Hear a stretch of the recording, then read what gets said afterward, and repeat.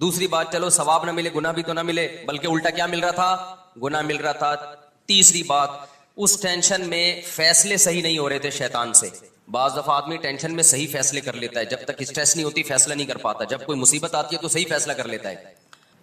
بھائی ایک بچہ پڑھ نہیں رہا ہے, امتحان میں فیل ہو رہا ہے, وہ فیصلہ نہیں کر پا رہا کہ میں نے پڑھنا ہے کہ نہیں پڑھنا, یہ فیصلہ نہیں ہو رہا. لیکن جب فیل ہو گیا اور دیکھا کہ بے عزتی ہو رہی ہے, اور بے عزتی ہو اتنی رہی ہے فیل ڈبل ہو رہی ہے, تو وہ اس ٹینشن میں درست فیصلہ کر لیتا ہے کہ آئندہ میں نے بولو پڑھنا ہے, اب میں محنت کروں گا. بہت سے لوگ اس طرح سدھرے ہیں, اس کی آواز تو تیز کرو بھائی. بہت سے لوگوں کو اللہ نے اس طرح کوئی مصیبت آئی ان کے اوپر اور وہ انسان کے بچے بن گئے. وہ کیا بن گئے؟ انسان کے بچے. جو مارکیٹ میں کیا چل رہے ہیں؟ شارٹ چلے. ہمارے حضرت کا قول ہے کہ انسان کا بچہ مارکیٹ میں آپ کو اتنے آرام سے. ہمارے شیخ حضرت مفتی رشید احمد صاحب رحمہ اللہ تعالی نے اپنا جانشین بنانا تھا کسی کو. ہوتا ہے نا گدی نشین جانشین, کے میرے بعد اصلاح امت جو ہے, جو لوگ ہم سے جڑے ہوئے ہیں ان کا نظام کون سنبھالے گا. اس کو عرف میں گدی نشین کہا. آج کل تو یہ گدی نشین برے معنی میں استعمال ہوتا ہے یہ لفظ. جاہی پیر جو نائب بنا کے جاتے ہیں نا عامل لوگ, ان کو گدی نشین کہتے ہیں, لیکن اصل میں تو اس کا تصور ٹھیک تھا نا. جیسے عبداللہ بن مسعود کے گدی نشین علقمہ تھے, علقمہ کے گدی نشین ابراہیم نخعی تھے, ان کے حماد الکوفی تھے, ان کے امام حنیفہ تھے. تو یہ علمی گدی ہو گئی. ایک ہوتی ہے روحانی گدی, کہ کوئی بزرگ ہیں جن کو سے اللہ ہدایت کا کام لے رہا ہے, بہت سے لوگوں کی اصلاح ہو رہی ہے. ان کو یہ ہوتا ہے کہ میں دنیا سے چلا گیا تو میرا نظام سنبھالے گا کون, تو وہ کسی کو اپنا نائب بناتے ہیں. تو ہمارے شیخ حضرت مفتی رشید احمد صاحب رحمہ اللہ تعالیٰ کو خیال ہوتا تھا کہ میں اپنا نائب تو کسی کو بناؤں, سارے کام اس کے حوالے کروں. اب میں بڑھاپے کی طرف جا رہا ہوں تو کون نائب ہو؟ تو حضرت فرماتے ہیں میں نے بہت تلاش کیا علماء میں, صلحاء میں, نیک لوگوں میں, کسی کو اپنا جانشین بناؤں. بہت آزمایا. خیال ہوتا تھا بھائی یہ بندہ اس قابل ہے کہ اس کو اپنا جانشین بنایا جائے. اس کو پرکھتے تھے بہت, اور پھر ان کا معیار بہت اونچا تھا. فرماتے پھر ایک شعر پڑھتے تھے جس کا مفہوم یہ, کئی سال ہو گئے نا, 10-15 سال. پھر کہتے تھے کہ انسان کا بچہ تلاش کرنا بہت, یہ ان کی رائے تھی, بہت مشکل ہے, بہت مشکل. آپ یہ نہ سمجھیں کہ یہ باقی سارے معاذ اللہ گدھے کے بچے ہیں. میرے بیان کو لوگ الٹا بھی لے جاتے ہیں نا, کہ اس کا مطلب یہ سارے کیا بیٹھے ہوئے ہیں. اصل میں ان کا معیار انسانیت کا بہت بولو اونچا. جیسے ایک مسٹر کراچی ہوگا تو اس کی جو صحت ہے اس کا معیار کیا ہوگا؟ بہت اونچا ہوگا. اور ایک نارمل آدمی کی صحت کا معیار اتنا ہے بس لپڈ پروفائل کا جو ٹیسٹ ہے وہ کیا ہو, وہ کلیئر آ جائے. تو ہر آدمی کا معیار دوسرے سے مختلف ہوتا ہے. تو ہمارے حضرت کا معیار, کیونکہ خود بہت پرہیزگار تھے, تو معیار ان کا ایسے ہی اونچا تھا. تو وہ فرمایا کرتے تھے کہ آپ چراغ لے کے تلاش کرو گے نا. ان کے تجربے کے بعد انہوں نے کہا انسان کا بچہ ملنا بہت مشکل. کوئی نیک ہوتا ہے اوپر سے فارغ ہوتا ہے, کوئی نیک ہوتا ہے مگر ادھر سے کیا ہوتا ہے؟ فارغ. کوئی ادھر سے بھی ذہین ہوتا ہے, نیک بھی ہوتا ہے, لیکن وہ اپنے آپ کو عقل کل سمجھنا شروع کر دیتا ہے. وہ حقیقت میں ذہین ہوتا نہیں ہے. یاد رکھو جو بھی ذہین آدمی ہوگا نا وہ اپنے آپ کو عقل کل کبھی بھی نہیں سمجھے گا. دنیا میں ہمیشہ بے وقوف لوگ اپنے آپ کو بہت عقل مند سمجھتے ہیں. یہ بے وقوفوں کا کام ہے. تکبر اور خود پسندی یہ بے وقوفوں کی بیماریاں ہیں, یہ عقل مندوں کی بیماریاں نہیں ہیں. تکبر ہوتا ہے نا, پیسہ آ گیا ایک دم اپنی اوقات بھول گیا, یا کسی سے کبھی مشورہ ہی نہیں لیتا, سمجھتا ہے کہ جو مجھے اللہ نے عقل دی ہے کسی اور کو نہیں دی ہے. اٹ مینس کہ یہ پرلے درجے کا احمق اور بے وقوف ہے. سمجھتے ہو کہ نہیں سمجھتے؟ دیکھو مجھے ایک بات بتاؤ, عقل بچوں میں کم ہوتی ہے, بچوں میں زیادہ ہوتی ہے یا کم ہوتی ہے؟ کم ہوتی ہے نا بچوں میں. تو بچوں میں خود پسندی بھی ہوتی ہے, بچے کے سامنے دوسرے بچے کی تعریف کریں اس کو غصہ آتا ہے. بچوں میں تکبر بھی ہوتا ہے بہت جلدی, ذرا سی بات پہ دوسرے بچوں کے سامنے اترانے لگتے ہیں, شو مارنے لگتے ہیں. لیکن جب میچور ہوتے ہیں, سمجھدار ہو جاتے ہیں تو یہ چھچور پنا چھوڑ دیتے ہیں. تو حضرت نے فرمایا کہ انسان کا بچہ تلاش کرنا کیا ہے؟ بہت مشکل. تو پھر مفتی رشید احمد صاحب نے نائب بنایا بہت طویل عرصے کے بعد, جو ہمارے شیخ ہیں اس وقت حضرت مفتی عبدالرحیم صاحب. اور پھر ان پہ ایک پوری ایک کتابچہ لکھا کہ ان کو جو میں نے نائب بنایا ہے, میں نے ایسے ایسے طریقوں سے ان کو آزمایا ہے کہ خانقاہوں میں اس آزمائش کا تصور بھی نہیں کوئی کر سکتا. سمجھتے ہو کہ نہیں سمجھتے ہو؟ ایسے طریقوں سے ان کو آزمایا ہے. 3 چیزیں بزرگ بننے کے لیے ضروری ہوتی ہیں, خوب سمجھ لو. یہ جو آج کل ہر پاگل سے پاگل بزرگ بنا پھر رہا ہے نا, پھونکوں والا اور چڑیلوں والا, اٹ از ناٹ بزرگ. نیک بننے کے لیے بزرگ نیک ایک ہی چیز ہے. بزرگ کوئی الگ سی اخلاقی مخلوق نہیں ہوتی. 3 چیزیں, باطنی صفات, ظاہری طور پر تو ہر گناہ سے بچنا ضروری ہے. یہ میرا ٹاپک نہ رہ جائے کہیں, وہ میں پھر اس پہ رپورٹ بعد میں پیش کروں گا. ابھی تم دوبارہ شیطان کی طرف آ رہے ہیں. ایک حب جاہ نہ ہو,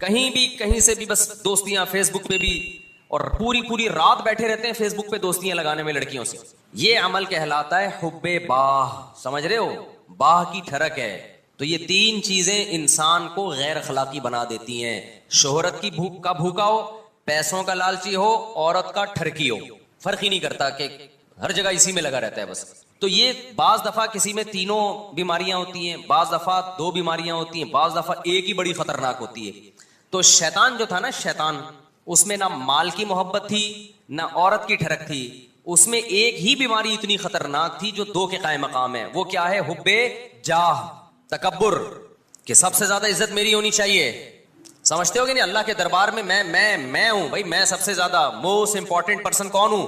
اللہ کے لیے میں ہوں. یہ آدم کیوں آیا بعد میں؟ اس کو اتنا پروٹوکول کیوں دیا جا رہا ہے؟ تو یہ تصوف میں جس میں تین چیزیں نہیں ہوں گی، یعنی شیخ کا خیال ہوتا ہے کہ یہ تین چیزیں نہیں ہیں، تو ان کو سمجھا جاتا ہے کہ یہ کیا ہے؟ یہ نیک آدمی ہے. ہمارے ہاں آج کل نیک کی ڈیفینیشن یہ رہی نہیں ہے. ہمارے یہاں نیک کی ڈیفینیشن تو جھاڑ پھونک اور پھونکو والا اور جن چڑیل بھوت بھگانا، اور بہت زیادہ دیکھ لیا تو کوئی بہت عبادت کر رہا ہے. عبادت بھی اس کا ایک حصہ ہے، لیکن آپ عبادت بہت کر رہے ہو اور دنیا کی محبت کے گٹر ابل رہے ہیں آپ کے دل میں. مال کی محبت ہے، دنیا کی محبت کے گٹر جب ابلتے ہیں تو مال کی محبت پیدا ہوتی ہے اور جاہ کی محبت. ان دو چیزوں کا مجموعہ دنیا کی محبت کہلاتا ہے. یعنی حب مال، حب جاہ اور حب باہ، یہ تین چیزوں کا مجموعہ کو ہم ان شارٹ کیا کہتے ہیں؟ حب دنیا، دنیا کی محبت. حالانکہ مسافر خانہ ہے، اس سے کیوں اتنی محبت کر رہے ہو بھائی؟ کیوں لفٹ کرا رہے ہو اس کو اتنا؟ تو یہ تین چیزیں جس میں ہوتی ہیں وہ اللہ کی نظر میں اچھا نہیں ہے. بعض میں دو ہوتی ہیں، بعض میں ایک ہی بہت خطرناک ہوتی ہے. تو اب شیطان کا مسئلہ کیا تھا میرے بھائی؟ شیطان ڈپریشن میں گیا، ٹینشن میں گیا. کس بات سے؟ اس بات سے ٹینشن میں گیا کہ اس کو سجدہ میں کیوں کروں، اس کو مجھ سے افضل کیوں بنا لیا. مائک کی آواز ابھی بھی کم ہے، مجھے بڑا چیخنا پڑ رہا ہے اور تیز ہو نہیں رہی میرا خیال ہے. تو اس ٹینشن میں شیطان نے تین غلطیاں کی ہیں، اس کے تین سائیڈ افیکٹ ہوئے، کیونکہ یہ ٹینشن غلط ہو رہی تھی. پہلی غلطی، پہلا اس کو نقصان یہ ہوا کہ خدا کی ناراضی. پہلا نقصان یہ ہوا کہ ثواب نہیں ملا اس ٹینشن پہ. خود ٹینشن بھی تو ایک مصیبت ہے نا، ایک عذاب ہے. تو اپنے آپ کو بلا وجہ کے عذاب میں ڈالا، اس نے ٹینشن میں ڈالا. یہ ایک سائیڈ افیکٹ. نمبر دو، اس پہ ثواب نہیں ملا اس کو، بلا وجہ کا عذاب. نمبر دو، گناہ ملا اس کو. اور نمبر تین، اس ٹینشن میں فیصلے کیا کیے اس نے؟ غلط. ہونا یہ چاہیے تھا کہ جب اس کو ٹینشن ہوئی وہ جا کے تھوڑا آرام کرتا. اے اللہ، ابھی تو مجھے سمجھ میں نہیں آ رہا، تو نے آدم کے بارے میں حکم دیا کہ میں سجدہ کروں، میں بہت ٹینشن میں اس وقت، تو اے اللہ کل دیکھوں گا، اس بارے میں غور کر کے تجھے بتاؤں گا. بات یہ بھی غلط تھی بھائی، اللہ کا آرڈر فوراً پورا کرو، لیکن ڈیلے کر دیتا. کیا خیال ہے بھائی؟ ابھی فیصلہ نہیں ہو رہا، ابھی میں بہت غصے میں ہوں. جیسے جو طلاقیں دے دیتے ہیں، میں ان سے کہتا ہوں بھائی لڑائی ہو رہی ہے، بیگم کو بولو ابھی میں بہت غصے میں ہوں. بیگم مانگ بھی رہی ہوتی ہے بعض دفعہ نا، دے دو طلاق دے دو، تو غصے میں دے دیتا ہے. تو اس کو بولو بھائی ابھی میں بہت غصے میں ہوں، اس ٹاپک پہ ہم کل بات کریں گے. گٹکا کھانے چلا، ایسے موقع پہ گٹکا جائز ہے، کچھ تو کھائے نا، ٹائم گزارے باہر جا کے. گٹکے کا علاج ہو جائے گا، تیزاب سے کلیاں کرا دیں گے، ڈیٹول سے کلیاں کرا دیں گے ہم اس کو. طلاق کا علاج نہیں ہوگا. تو اب کیا ہے؟ فیصلے غلط. وہ غلط فیصلہ شیطان کا کیا تھا؟ بھائی ریلیکس ہو جا، کسی ڈاکٹر کے پاس چلا جا، 2 ٹیبلٹ کھا کے سو جا، جب ذرا اسٹریس اور کھچاؤ کم ہوگا پھر فیصلہ کرنا. نہ فیصلے بھی سارے ابھی ہوں گے. وہ فیصلہ کیا ہے؟ اللہ کا تو کچھ بگاڑ نہیں سکتا تھا. تو اس نے کہا کہ اے اللہ، اس شیطان، اس آدم کی وجہ سے میں مردود ہوا نا، تو مجھے قیامت تک زندگی دے. میں اس آدم اور اس کی ذریت کو پورا زور لگا دوں گا، جنت میں جانے نہیں دوں گا، کچھ بھی ہو جائے، ایسی کی تیسی. یہ نہیں سوچ رہا بے وقوف کہ اس کا آدم اور اس کی اولاد کو تو نقصان ہوگا. کم بخت تجھے کیا فائدہ ہوگا اس کا؟ کیا اس پہ تجھے کیا قیامت کے دن کوئی نشان حیدر دیا جائے گا، یا کوئی شیلڈ دی جائے گی تجھے تیری خدمات پہ، یا تیری برادری تجھ سے خوش ہو جائے گی کہ ابا ایسا کام کر کے گئے کہ مزہ آ گیا ہے؟ بھائی کچھ بھی نہیں ہوگا، بلکہ اس سے تجھے اور نقصان ہوگا. تو ہمیشہ کے لیے اللہ کا دشمن قرار پائے گا. پھر میدان حشر میں تیرا حساب ہوگا، پھر تجھے ہمیشہ کے لیے جہنم کی آگ کے حوالے کر دیا جائے گا. تو کیوں اتنی بڑی مصیبت مول لے رہا ہے؟